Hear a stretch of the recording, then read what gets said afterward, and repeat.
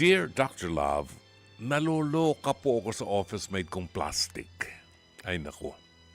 Call me Rica, 34 years old, from Pasig City. So, I have this office mate na kasama ko sa office cubicle dahil we're under the same department. One time, bigla siya nag-confide sa akin about her problems sa kanyang mister. Super iyak ang luka-luka. Dahil concerned naman ako, I was her shoulder to cry on at todo advice naman ako sa kanya. Then everything started there. Nag-confide naman siya about her problems sa kanyang parents and siblings. Then there was another occasion. Nag-confide naman siya about her financial struggles. All these times, I was there for her as a caring office mate who was always ready to listen to her. Then, one day, nagsabi ang ilang office mates namin from other departments that this same girl has been bad-mouthing me. Kaloka siya, ang plastic. Kung ano-ano raw ang pinagsasasabi niya about me, and all these are not even true. Dr. Love, sa ngayon, hindi ko alam kung kailangan ko ba siyang kausapin about this or deadmine ko na lang. Ewan ko ba? Baka kasi may something din kasi sa kanya o baka may mabagit talagang pinagdadaanan kaya ayoko nang patulan. O baka kapag pinatulan ko, iibahin niya ang kwento sa ibang tao. But if you were to advise me, Dr. Love, what should I do? Yours truly, Rica ng Pasig City. Balikan po natin ang liham kasaysayan na padala ni Rica ng Pasig City. Si Rica ay merong kasama sa opisina sa isang department na nag-confide sa kanya ng maraming mga problema.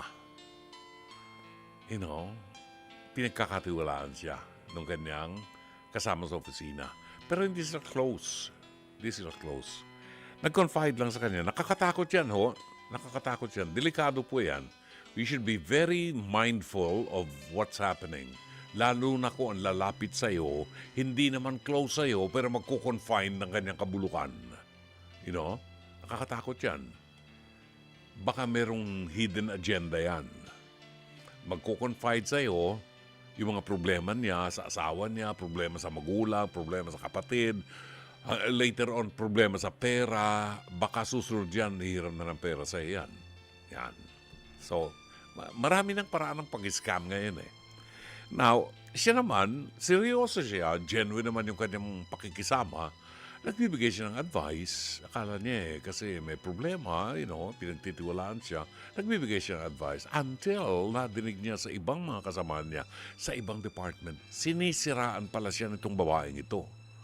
Bad mouth pala siya ng babae na nagko-confide sa kanya. Ang tanong niya, anong gagawin niya? Kung ako ang nasa kanyang katayuan, ano raw ang gagawin ko?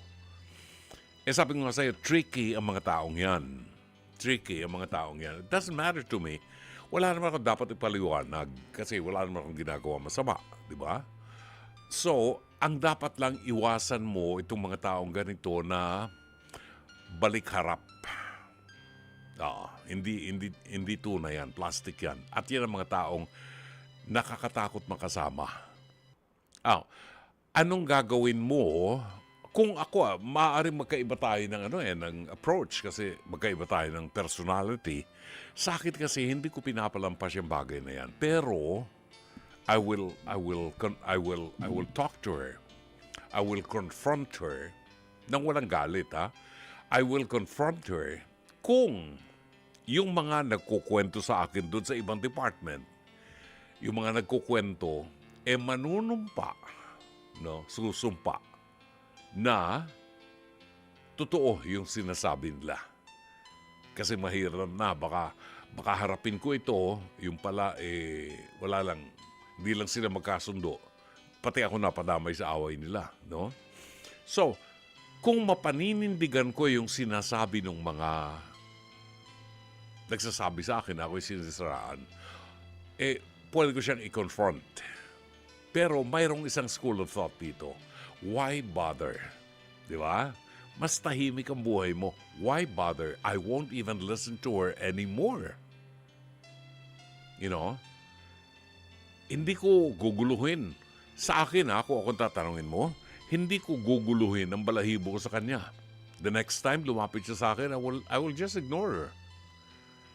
Kasi, wala naman akong mapapala sa'yo. Kung ganyan ka, mag-iingat na lang ako. Di ba? At ang pag-iingat ko, I will not tolerate you having you beside me. I will totally ignore you. Kasi wala kang kwenta. Ganon. Pagkatapos ng lahat ng mga counseling na binigay ko sa iyo, di ba? Counseling, pagkatapos pagtalikod ko, ganun palang gagawin mo, di ba? So, why bother? Bakit pahirapan ko sarili ko? Yung mga taong ganyan na hindi naman karapat-dapat, sayang lang ang atensyon mo. Sayang lang ang panahon mo para guluhin mo ang balahibo mo para sa kanila. Yung ganyang klase ng tao, sangayon sa'yo, plastic, hey, hindi kawalan para sa atin. Hindi kinakailangang ipaliwanag mo sa lahat ng nakapaligid sa iyo kung anong plano mong gawin at bakit mo ginawa ang isang bagay na ito. Wala kang dapat ipaliwanag. Kung malinis ang konsyensya mo, tuloy mo ang buhay mo. At kung ang mga taong pumapalibot sa iyo ay mga taong plastic, why bother? Diba? Huwag mo nang pansinin. Pabayaan mo na lang. They do not exist. Yun lang ang pinakamadaling paraan to ignore them. Sana'y natulungan ka ng palatuntunang ito. As always, Dr. Love. Mga kapatid, ito po si Brother June Banaag. Dito tayo sa totoo. Dito tayo sa True FM. Mag-subscribe at i-follow ang mga social media accounts at True Network PH sa FB, Instagram, X, YouTube, TikTok, and podcast.